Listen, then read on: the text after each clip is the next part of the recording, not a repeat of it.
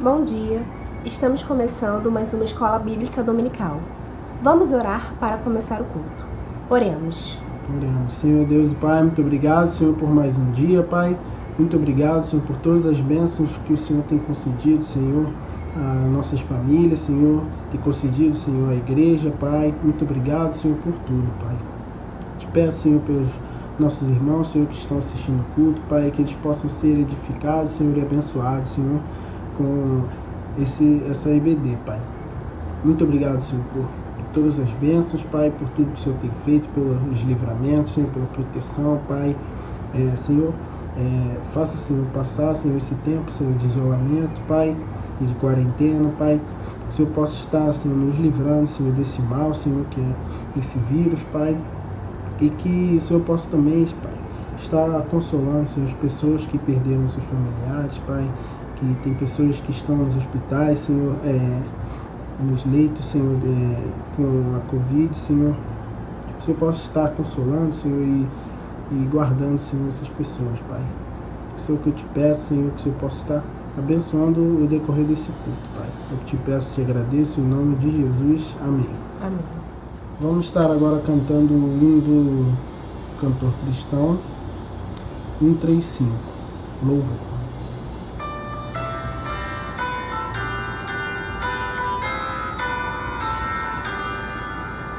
Louvamos, ó Deus, pelo dom de Jesus, que por nós pecadores foi morto na cruz.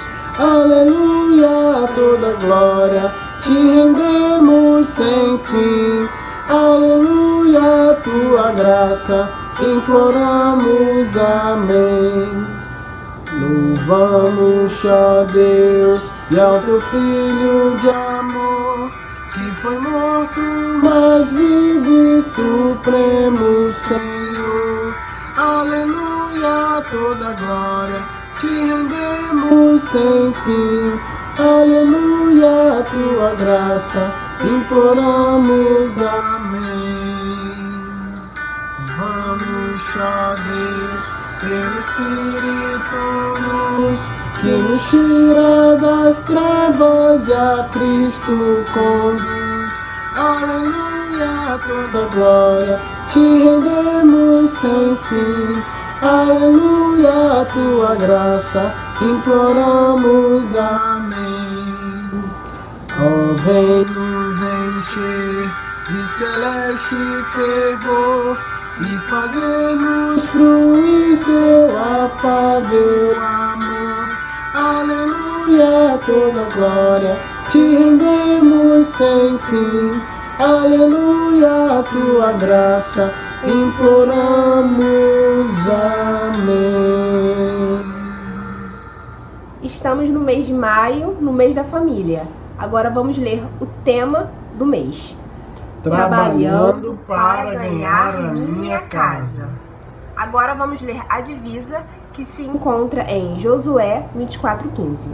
Porém, se vos parece mal aos vossos olhos servir ao Senhor, escolhei hoje a quem sirvais, se aos deuses a quem serviram vossos pais, que estavam além do rio, ou aos deuses dos amorreus, em cuja terra habitais.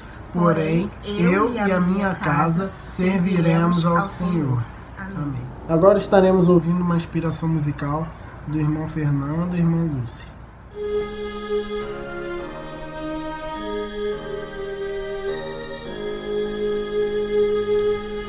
Que doce voz tem, meu Senhor, voz de amor tão terna e graciosa, que enche o coração da consolação que só o crente goza. Qual maior prazer que ele ouvir dizer: vem, meu filho, vem escutar o que eu fiz por ti. tudo que sofri na cruz pra te resgatar. Chamou-me não só uma vez, tantas vezes que eu triste humilhado pude a voz ouvir, pude então sair das garras do pecado. Qual maior prazer que ele ouvir dizer: vem meu filho, vem escutar o que eu fiz por ti, tudo que sofri na cruz pra te resgatar. Jesus me não deixa sofrer, sua voz me ensina o caminho de vencer o mal com firmeza tal que nunca estou sozinho. Qual o maior prazer que ele ouvir dizer: vem meu filho, vem escutar o que eu fiz por ti, tudo que sofri na cruz pra te resgatar. Orar. Querido Deus, querido Pai, obrigado, Pai, por esse momento que nós estamos cantando, Pai, louvando e exaltando o Teu santo nome, ó Pai. Que Tu esteja abençoando a nossa vida, que mesmo com tudo isso que está se passando, Pai, nós possamos continuar louvando, exaltando e engrandecendo o Teu santo nome, em nome de Jesus. Amém, Senhor. Bom, agora estaremos ouvindo a lição da EBD que o nosso pastor estará ministrando. Meus amados irmãos, mais uma vez estamos aqui neste domingo para estudarmos a lição da Escola Bíblica Dominical. Como já dito, revista Palavra e Vida, lição número 8, Cristo, o presente de Deus. É claro, um assunto muito interessante dentre os muitos que temos estudado aqui na Escola Bíblica Dominical, que o pastor Isaltino Gomes, de saudosa memória, nos deixou como ferramenta para estarmos compreendendo um pouco mais a palavra do Senhor. É claro, meus irmãos, dando início à nossa reflexão acerca desta lição, é válido lembrarmos, dentro do tema proposto, Cristo, o presente de Deus. E por que o presente de Deus? Pesquisando um pouco mais sobre presente, vimos no dicionário a definição de presente como sendo uma dádiva ou lembrança, ou seja, uma coisa que é oferecida a outra pessoa como sinal de apreciação. Há outra definição também que encontramos na Wikipédia, que diz que é tudo aquilo que se oferece de forma gratuita a outro indivíduo com a intenção de fazer este mais feliz em sinal de atenção, confiança, amor ou amizade, e que seja feita de forma espontânea. Me chama a atenção esta segunda colocação, porque é exatamente neste sentido que o autor nos propõe pensarmos e refletirmos sobre Cristo, o presente de Deus para o mundo. Um ato de Deus, voluntário de Deus, por amor ao homem, desejando, é claro, ou com a intenção de fazer o homem não só apenas feliz, mas de dar ao homem a oportunidade de retornar à sua presença santa. É claro, meus irmãos, o autor está nos desafiando neste domingo a pensarmos sobre a doutrina da propiciação. Dentre os diversos assuntos que ele tem nos proposto, hoje vamos pensar um pouco sobre a doutrina da propiciação. E é interessante porque, para compreendermos essa ideia de propiciação, precisamos dar uma mergulhada e entendermos um pouco sobre esta ideia. O autor diz e declara da seguinte forma: ele diz que na política internacional do Oriente Médio, o rei de uma nação, para se manter seguro, ele enviava presentes a outro rei de uma nação mais forte, para que desta forma, ou com este gesto, ele pudesse manter boas relações. Essa era uma maneira, uma forma de buscar a paz. É claro, poderíamos dizer que era um ato, então, de propiciação. Daí vem-se a ideia, porque propiciação significa a remoção da ira mediante a oferta de algum presente. Ora, era um ato presente na política internacional, conforme dissemos, e que dava a ideia muito clara do que é propiciação. É essa ideia destinada a cultivar boas relações, bons relacionamentos, daí vem a ideia de propiciação. O autor, então, continua nos desafiando a pensarmos que propiciação vem de propiciar, que significa tornar favorável.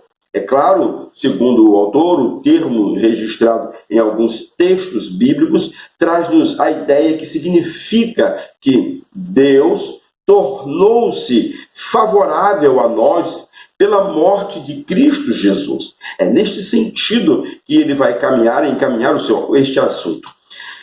Para o autor, no sentido, no hebraico, esta mesma palavra propiciar traz o sentido de fazer amizade, ou ainda juntar partes em conflito.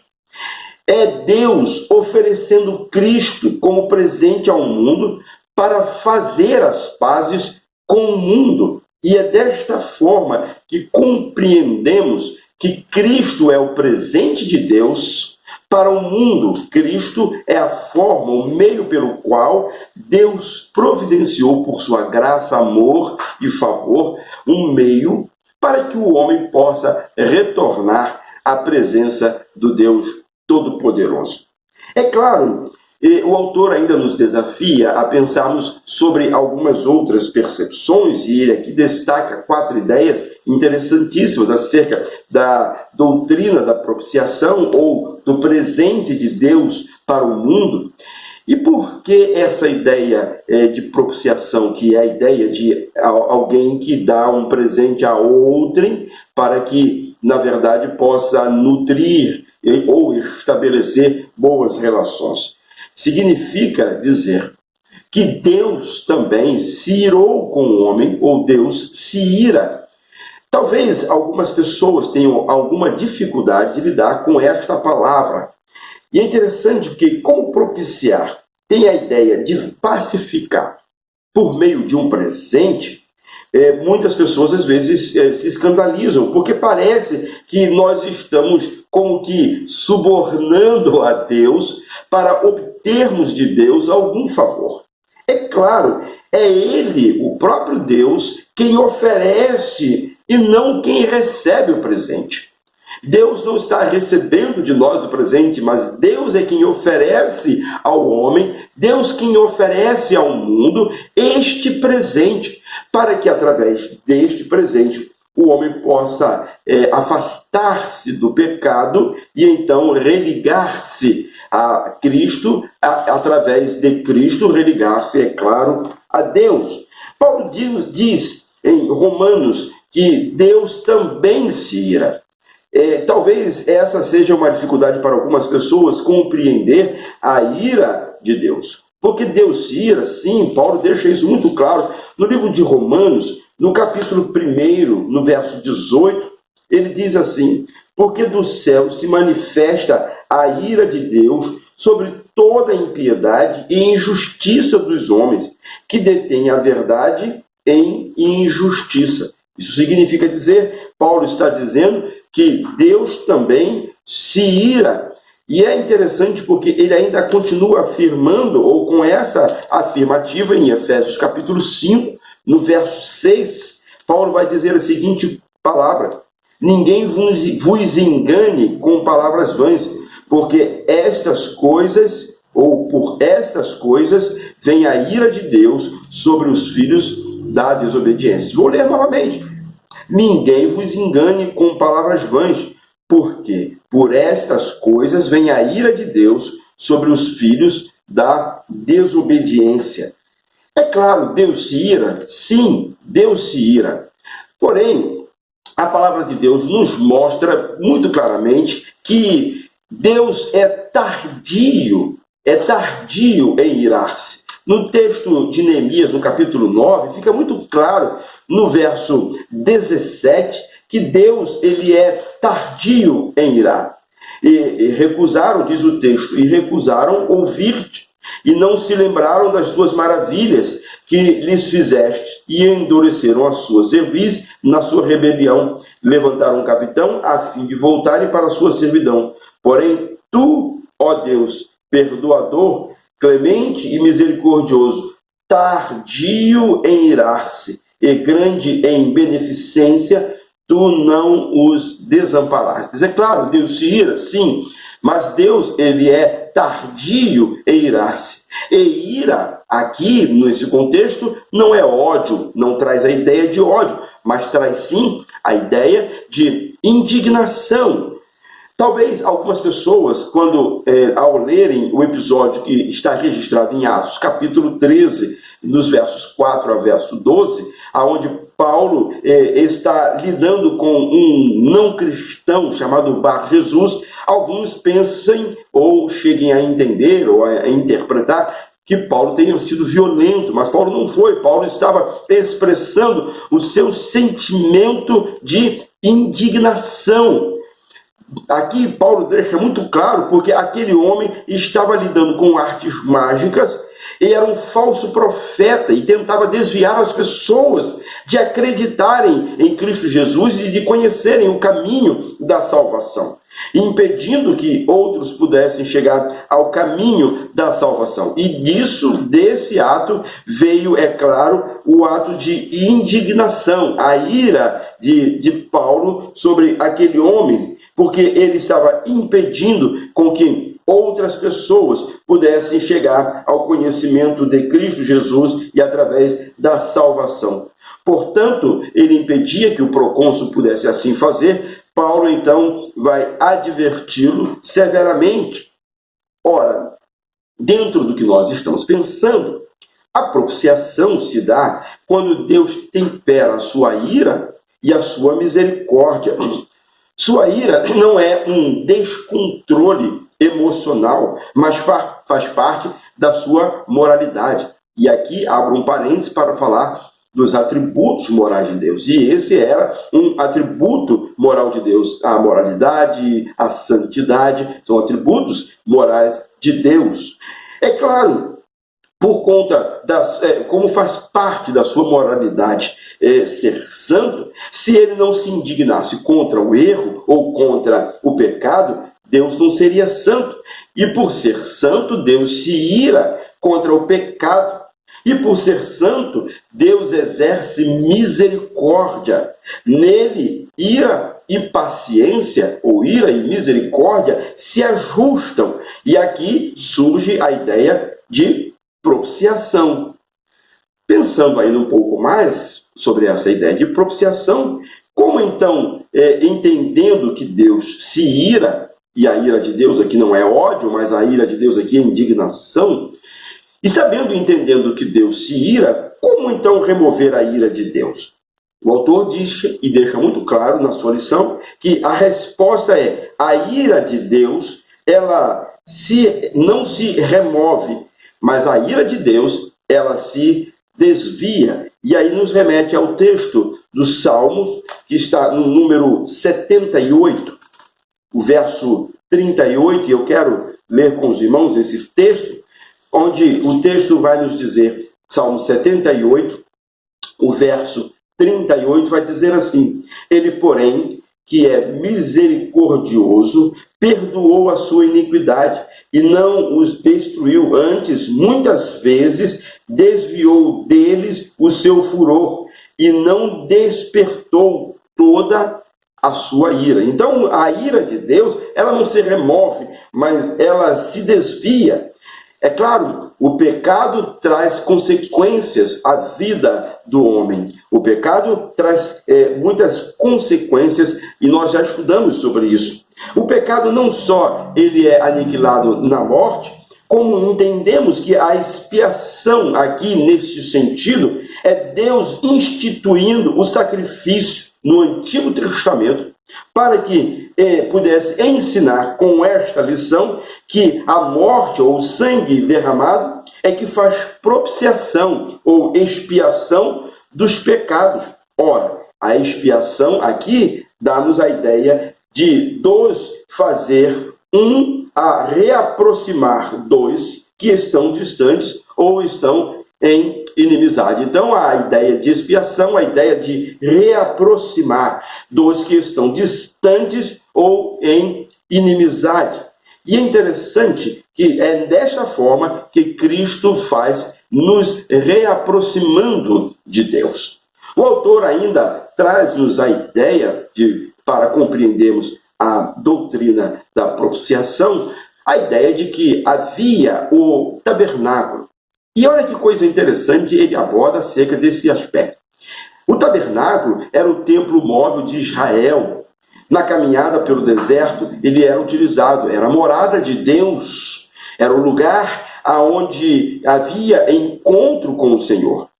Lá no tabernáculo existiam algumas partes e havia ali o lugar santo onde ficava o povo reunido e o Santíssimo, ou o Santo dos Santos, um lugar onde o sumo sacerdote entrava uma vez por ano para fazer expiação do pecado do povo. No Santíssimo ficava a Arca da Aliança, segundo o autor. O nome da sua tampa era Kipot-ret, de um verbo da família que significa propiciar, a ideia de propiciar. Ali, o mais perfeito ato da expiação acontecia uma vez por ano. O lugar mais importante e solene, lá no tabernáculo, era onde sucedia a propiciação, ou seja, ofertava-se a Deus para a sua ira se afastar do povo. O propiciatório, neste sentido, que estava lá no templo, simbolizava a cruz de Cristo, onde se efetuou também o perdão do pecado. A diferença entre o que se fazia no tabernáculo e o que aconteceu na cruz do Calvário é que a cruz ela não tem prazo de validade. A cruz, no judaísmo, o perdão durava um ano. O perdão da cruz não tem um prazo de validade. O perdão da cruz, ele é eterno. Ele resolveu o problema do pecado para sempre. Todo aquele que crê será salvo. Cristo é o Cordeiro que remove o pecado do mundo. Então é esta a ideia. E é interessante porque o autor nos traz essa ideia de que Cristo, em remover os pecados, reconcilia o homem com Deus. O seu caráter nos garante o perdão dos pecados. Não é o nosso caráter, mas é o caráter de Deus, o que Deus fez, o que Deus faz, que dá ao homem a possibilidade de vencer. Ou seja, a ideia de que no tabernáculo, uma vez por ano, o sumo sacerdote oferecia sacrifício pelos pecados do povo. Aqui Cristo é oferecido como sacrifício de Deus para expiar pelo pecado do homem. A obra de Cristo é o quarto aspecto que o autor nos desafia a pensarmos e refletirmos, nos traz algumas ideias muito interessantes, porque fala exatamente da forma como Cristo realizou o plano de Deus para que o homem pudesse retornar à sua presença santa. Ora, a propiciação é um ato de misericórdia de Deus, quando esta triunfa sobre a sua ira. O autor nos remete a um texto que está em Lucas, capítulo 18, verso 13, e você poderá depois ler todo esse texto, não apenas o verso 13, mas ler todo esse texto em sua casa. Leia para que você possa pensar e refletir. Mas o capítulo 18, o verso 13, nos fala exatamente a seguinte palavra: o publicano, porém, estando em pé, de longe, nem ainda queria levantar os olhos ao céu, mas batia no peito, dizendo: ó Deus, tenha misericórdia de mim, pecador. É claro, o publicano pede a Deus que seja propício a ele, ou que seja a sua propiciação. Ele precisava do perdão de Deus. O fariseu achou que não precisava, porque ele era bom e por ser da linhagem de Abraão, ele não precisava da salvação, porque Deus já devia a ele este favor. O publicano sabia que não era bom e que nada tinha, e que só teria o perdão do pecado como propiciação, e ele devia a Deus. E ele vai a Jesus e solicita e pede a Jesus que faça desta forma, que perdoe o seu pecado. Nesta parábola fica muito claro que Jesus define a sua missão. Ele é o presente divino. É o que fica muito claro nesta parábola, que ele é o presente divino que reaproxima duas partes afastadas, Deus e o homem. Ou seja, aqui a figura do publicano deixa muito claro que Deus reaproxima em Cristo Jesus essas duas partes que estavam separadas. A propiciação, que é um ato da misericórdia de Deus, quando esta triunfa sobre a sua ira. A morte na cruz, a morte de Cristo Jesus na cruz, nos leva Deus a nos ser propício. Jesus, ele fez a propiciação pelos nossos pecados. Ele presenteou o Pai com a sua vida para nos conseguir o perdão que nós necessitávamos. Jesus é a propiciação pelos nossos pecados. Por isso, ele é o nosso advogado junto ao Pai. Como o publicano nós também não podíamos ou não podemos pagar o nosso débito. Jesus pagou por isso, e é ele quem nos defende junto ao Pai. Em João capítulo 1, capítulo 4, o verso 10, Jesus, o Filho, é o presente dado pelo próprio Pai. Difere do pensamento que está lá em Hebreus. Mas o que interessa é que não é um presente nosso. Nós não temos nada a oferecer a Deus. Recebemos de Deus em Cristo, através de Cristo Jesus, essa oportunidade. A morte de Cristo é um gesto do amor de Deus Pai. E isto é confirmado na palavra de Deus. Paulo cita isso em Romanos capítulo 3, versos 25 e 26. O pecado ofende a Deus. O pecado ofende a Deus e o levaria a nos guerrear. Mas em Cristo, ele nos estende a mão para fazer as pazes. A propiciação é o ato de Deus, oferta do Pai e a oferta do Filho. Que nós possamos, meus irmãos, nessa manhã pensar sobre isso. Deus fez todas as coisas necessárias para que o homem pudesse ser abençoado. E como um presente, ou seja, aquilo que dissemos no início da nossa lição, presente é sinal de atenção, confiança, amor, amizade, que se forma ou que se oferece espontaneamente. Deus espontaneamente oferece Jesus Cristo como presente para o mundo, para que através de Cristo Jesus o homem alcance a salvação. Concluiu o autor a nossa lição dizendo: Deus deseja manter um bom relacionamento conosco. E para estabelecer esta amizade, nos ofereceu Jesus Cristo, seu Filho. Ele é, sim, o grande presente de Deus para a humanidade. O perdão dos nossos pecados, ele só é possível por causa de Cristo Jesus. E é um perdão para sempre. Não significa dizer que Deus perdoa, amanhã amaldiçoa, perdoa. Não, é um perdão para sempre. É pela fé na morte de Cristo em nosso lugar que nós temos a paz com Deus. Não é o que somos, não é o que fazemos, é o que Cristo fez. Ele fez. Isto é graça. E nós nos apropriamos disto através da fé. Que Deus nos abençoe e nos dê a oportunidade de sermos gratos em todo o tempo pelo presente nos oferecido em Cristo Jesus, para a glória de Deus Pai. Meus amados irmãos, chegamos ao final da nossa Escola Bíblica Dominical, neste domingo em que o Senhor nos presenteou. Agradecemos a Ele pela oportunidade de passarmos esse tempo aqui juntos, estudando a Sua Palavra, aprendendo um pouco mais acerca da salvação, aprendendo um pouco mais acerca da vida de Cristo Jesus, o presente de Deus para o mundo.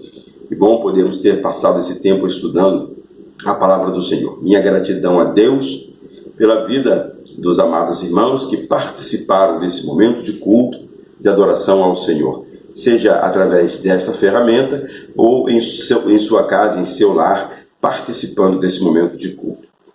Continuemos, meus irmãos, orando ao Senhor para que possamos em breve retomar as nossas atividades em nosso templo e juntos ali possamos adorar ao Senhor. Deus te abençoe. Sempre tenho dito em todos os cultos que temos realizados por essa ferramenta que fazemos estas gravações e o fazemos no intuito de alcançarmos os nossos irmãos da Segunda Igreja Batista de Alcântara, mas também temos sido informados que as pessoas de nossa igreja, os irmãos de nossa igreja, têm compartilhado esse vídeo. A nossa oração continua mesmo. Que o Senhor Deus abençoe a sua vida, você que recebeu também essa porção da palavra do Senhor. Estamos em oração por sua vida, para que Deus derrame graça e favor sobre a sua vida. Quando for possível, sempre tenho feito esse convite, venha nos visitar. A Segunda Igreja Batista de Alcântara fica na Avenida Domício da Gama, no número 560, no Jardim Catarina, entre as antigas ruas 7 e 8. Será um prazer imenso recebê-lo ou recebê-la em nossa igreja para juntos adorarmos ao Senhor. Receba um abraço caloroso, fraterno e amigo da Segunda Igreja Batista de Alcântara e que Deus te abençoe.